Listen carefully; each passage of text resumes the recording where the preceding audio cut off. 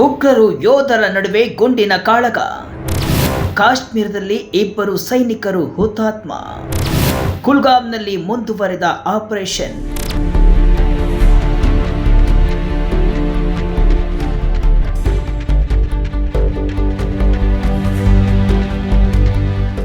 ಜಮ್ಮು ಮತ್ತು ಕಾಶ್ಮೀರದ ಕುಲ್ಗಾಮ್ ಜಿಲ್ಲೆಯಲ್ಲಿ ಉಗ್ರರ ವಿರುದ್ಧ ಕಾರ್ಯಾಚರಣೆ ತೀವ್ರಗೊಂಡಿದ್ದು, ಗುಂಡಿನ ಕಾಳಗದಲ್ಲಿ ಇಬ್ಬರು ಯೋಧರು ಹುತಾತ್ಮರಾಗಿದ್ದಾರೆ.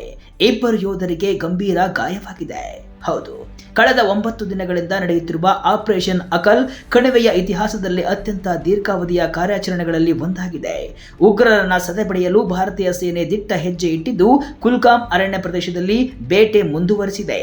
ಅರಣ್ಯದಲ್ಲಿ ಇನ್ನೂ 3 ಉಗ್ರರು ಅಡಗಿರುವ ಮಾಹಿತಿ ಇದ್ದು, ಸ್ಥಳದಲ್ಲಿ ಕಾರ್ಯಾಚರಣೆ ಮುಂದುವರೆದಿದೆ. ಹೌದು, ಜಮ್ಮು ಕಾಶ್ಮೀರದಲ್ಲಿ ಉಗ್ರರನ್ನ ಹುಟ್ಟಡಗಿಸಲು ಭಾರತೀಯ ಸೇನೆ ಪಣತೊಟ್ಟು ನಿಂತಿದೆ. ಈ ನಿಟ್ಟಿನಲ್ಲಿ ಯೋಧರು ಆಗಸ್ಟ್ 1ರಿಂದ ಆಪರೇಷನ್ ಅಕಲ್ ಕಾರ್ಯಾಚರಣೆಯನ್ನ ಆರಂಭಿಸಿದ್ರು.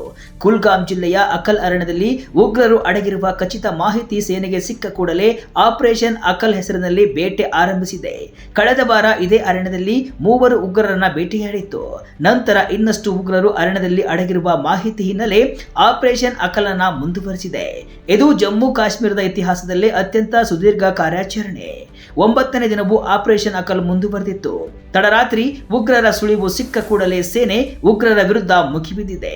ಸೇನೆ ಅಟ್ಯಾಕ್ ಮಾಡ್ತಾ ಇದ್ದಂತೆ ಅಲರ್ಟ್ ಆದ ಕ್ರಿಮಿಗಳು ಏಕಾಏಕಿ ಅವರು ದಾಳಿ ಮಾಡಿದ್ದಾರೆ.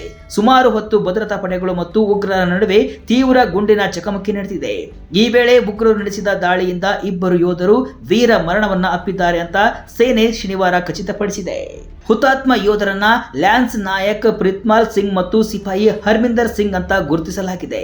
ಈ ವೀರ ಯೋಧರ ತ್ಯಾಗಕ್ಕೆ ಭಾರತೀಯ ಸೇನೆಯ ಚಿನಾರ್ ಕಾರ್ಪ್ಸ್ ಗೌರವವನ್ನ ಸಲ್ಲಿಸಿದೆ. ರಾಷ್ಟ್ರಕ್ಕಾಗಿ ಕರ್ತವ್ಯವನ್ನ ನಿರ್ವಹಿಸುತ್ತಿದ್ದಾಗ ತಮ್ಮ ಪ್ರಾಣವನ್ನ ಸಮರ್ಪಿಸಿದ ವೀರ ಯೋಧರಾದ LNK ಪ್ರಿತ್ಪಾಲ್ ಸಿಂಗ್ ಮತ್ತು ಸಿಪಾಯಿ ಹರ್ಮಿಂದರ್ ಸಿಂಗ್ ಅವರ ಪರಮೋಚ್ಚ ತ್ಯಾಗಕ್ಕೆ ಚಿನಾರ್ ಕಾರ್ಪ್ಸ್ ಗೌರವವನ್ನ ಸಲ್ಲಿಸುತ್ತೆ. ಅವರ ಧೈರ್ಯ ಮತ್ತು ಸಮರ್ಪಣೆ ನಮಗೆ ಸದಾ ಸ್ಫೂರ್ತಿದಾಯಕವಾಗಿರುತ್ತೆ. ಶೋಕ ತಪ್ತ ಕುಟುಂಬಗಳಿಗೆ ಭಾರತೀಯ ಸೇನೆಯು ಆಳವಾದ ಸಂತಾಪವನ್ನ ವ್ಯಕ್ತಪಡಿಸುತ್ತೆ ಮತ್ತು ಅವರೊಂದಿಗೆ ದೃಢವಾಗಿ ನಿಲ್ಲುತ್ತೆ ಅಂತ ಎಕ್ಸ್ ಖಾತೆಯಲ್ಲಿ ಪೋಸ್ಟ್ ಮಾಡಿದೆ. ಇನ್ನು 3 ಉಗ್ರರು ಅಡಗಿರುವ ಶಂಕೆ. ಸ್ಥಳದಲ್ಲಿ ಮುಂದುವರಿದ ಕಾರ್ಯಾಚರಣೆ. ಉಗ್ರರ ವಿರುದ್ಧ ಹೋರಾಡುತ್ತಲೇ ವೀರ ಯೋಧರು ದೇಶಕ್ಕಾಗಿ ತಮ್ಮ ಪ್ರಾಣವನ್ನ ಬಿಟ್ಟಿದ್ದಾರೆ. ಇಡೀ ದೇಶವೇ ವೀರ ಯೋಧರಿಗಾಗಿ ಕಂಬನಿ ಮಿಡಿತಾ ಇದೆ. ಗಾಯಗೊಂಡ ಇಬ್ಬರು ಯೋಧರಿಗೆ ಸೇನಾ ಆಸ್ಪತ್ರೆಯಲ್ಲಿ ಚಿಕಿತ್ಸೆ ಮುಂದುವರೆದಿದೆ. ಆದರೆ ಆಪರೇಷನ್ ಅಕಲ್ ಮಾತ್ರ ನಿಂತಿಲ್ಲ. ಸೇಡು ತೀರಿಸಿಕೊಳ್ಳಲು ಭಾರತೀಯ ಸೇನೆ ಸ್ಥಳದಲ್ಲಿ ಮೊಕ್ಕಾಂ ಹೂಡಿದೆ. ದಟ್ಟ ಅರಣ್ಯದಲ್ಲಿ ಇನ್ನೂ 3 ಅಡಗಿರುವ ಶಂಕೆ ಇದ್ದು, 3 ಉಗ್ರರನ್ನ ಟ್ರ್ಯಾಕ್ ಮಾಡಲಾಗ್ತಿದೆ. ಆ ಪ್ರದೇಶವನ್ನ ಸಂಪೂರ್ಣವಾಗಿ ತಮ್ಮ ನಿಯಂತ್ರಣಕ್ಕೆ ತೆಗೆದುಕೊಂಡಿದೆ. ಉಗ್ರರನ್ನ ಪತ್ತೆ ಹಚ್ಚಲು ಡ್ರೋನ್ಗಳು ಮತ್ತು ಹೆಲಿಕಾಪ್ಟರ್ಗಳನ್ನ ಕಾರ್ಯಾಚರಣೆಯಲ್ಲಿ ಬಳಸಲಾಗ್ತಾ ಇದೆ. ಪ್ಯಾರಾ ಕಮಾಂಡ್ಗಳು ಕೂಡ ಅಡಗಿರುವ ಉಗ್ರರನ್ನ ಮಟ್ಟ ಹಾಕಲು ಭದ್ರತಾ ಪಡೆಗಳಿಗೆ ನೆರವು ನೀಡ್ತಾ ಇದ್ದಾರೆ. ಪೊಲೀಸ್ ಮೂಲಗಳ ಪ್ರಕಾರ ಕಾರ್ಯಾಚರಣೆ ಆರಂಭವಾದಾಗ 5 ಉಗ್ರರು ಅಡಗಿರುವ ಬಗ್ಗೆ ಮಾಹಿತಿ ಇತ್ತು. ವರದಿಗಳ ಪ್ರಕಾರ ಇವರಲ್ಲಿ ಕನಿಷ್ಠ 3 ಉಗ್ರರು ಅರಣ್ಯ ಯುದ್ಧದಲ್ಲಿ ತರಬೇತಿ ಪಡೆದ ವಿದೇಶಿ ಉಗ್ರರಾಗಿದ್ದಾರೆ ಎನ್ನಲಾಗಿದೆ. ಕಾಶ್ಮೀರದಲ್ಲಿ ಭದ್ರತಾ ಪಡೆಗಳನ್ನ ಎದುರಿಸುವಷ್ಟು ತರಬೇತಿ ಪಡೆದ ಸ್ಥಳೀಯ ಉಗ್ರರ ಸಂಖ್ಯೆ ಈಗ ಬಹಳ ಕಡಿಮೆಯಾಗಿದೆ ಎನ್ನಲಾಗಿದೆ.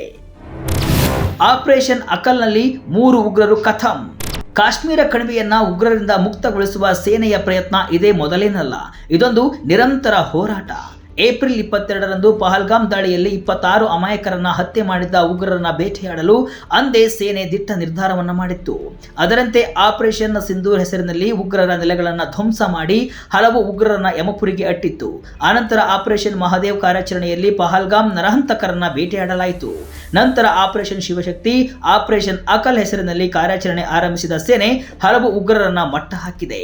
9ನೇ ದಿನಕ್ಕೆ ಕಾಲಿಟ್ಟ ಆಪರೇಷನ್ ಅಕಲ್ ನಲ್ಲಿ ಈವರೆಗೆ 3 ಉಗ್ರರನ್ನ ಹತ್ಯೆ ಮಾಡಲಾಗಿದೆ. ಮೊನ್ನೆ ಒಬ್ಬ ಉಗ್ರರನ್ನ ಹೊಡೆದು ಹಾಕಲಾಗಿದೆ ಎಂಬ ಮಾಹಿತಿ ಇದೆ. ಅದನ್ನ ಸೇರಿದರೆ 4 ಉಗ್ರರು ಆಗುತ್ತೆ. ಸದ್ಯ ಕುಲ್ಗಾಮ್ ಅರಣ್ಯದಲ್ಲಿ ಇನ್ನೂ 3 ಅಡಗಿರುವ ಮಾಹಿತಿ ಇದ್ದು, ಸ್ಥಳದಲ್ಲಿ ಕಾರ್ಯಾಚರಣೆ ಮುಂದುವರೆದಿದೆ.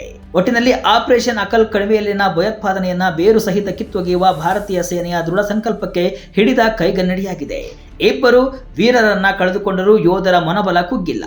ಕೊನೆಯ ಉಗ್ರರನ್ನು ಮಟ್ಟ ಹಾಕುವವರೆಗೂ ವಿಶ್ರಮಿಸುವುದಿಲ್ಲ ಎಂಬ ಛಲದೊಂದಿಗೆ ಭದ್ರತಾ ಪಡೆಗಳು ಮುನ್ನುಗ್ಗುತ್ತಿವೆ. ಹುತಾತ್ಮ ಯೋಧರಾದ ಪ್ರಿತ್ಪಾಲ್ ಸಿಂಗ್ ಮತ್ತು ಹರ್ಮಿಂದರ್ ಸಿಂಗ್ ಅವರ ಬಲಿದಾನಕ್ಕೆ ಇಡೀ ದೇಶವೇ ಹೆಮ್ಮೆ ಪಡ್ತಾ ಇದ್ದು, ಭಾರತೀಯ ಸೇನೆ ಗೌರವವನ್ನ ಸಲ್ಲಿಸಿದೆ.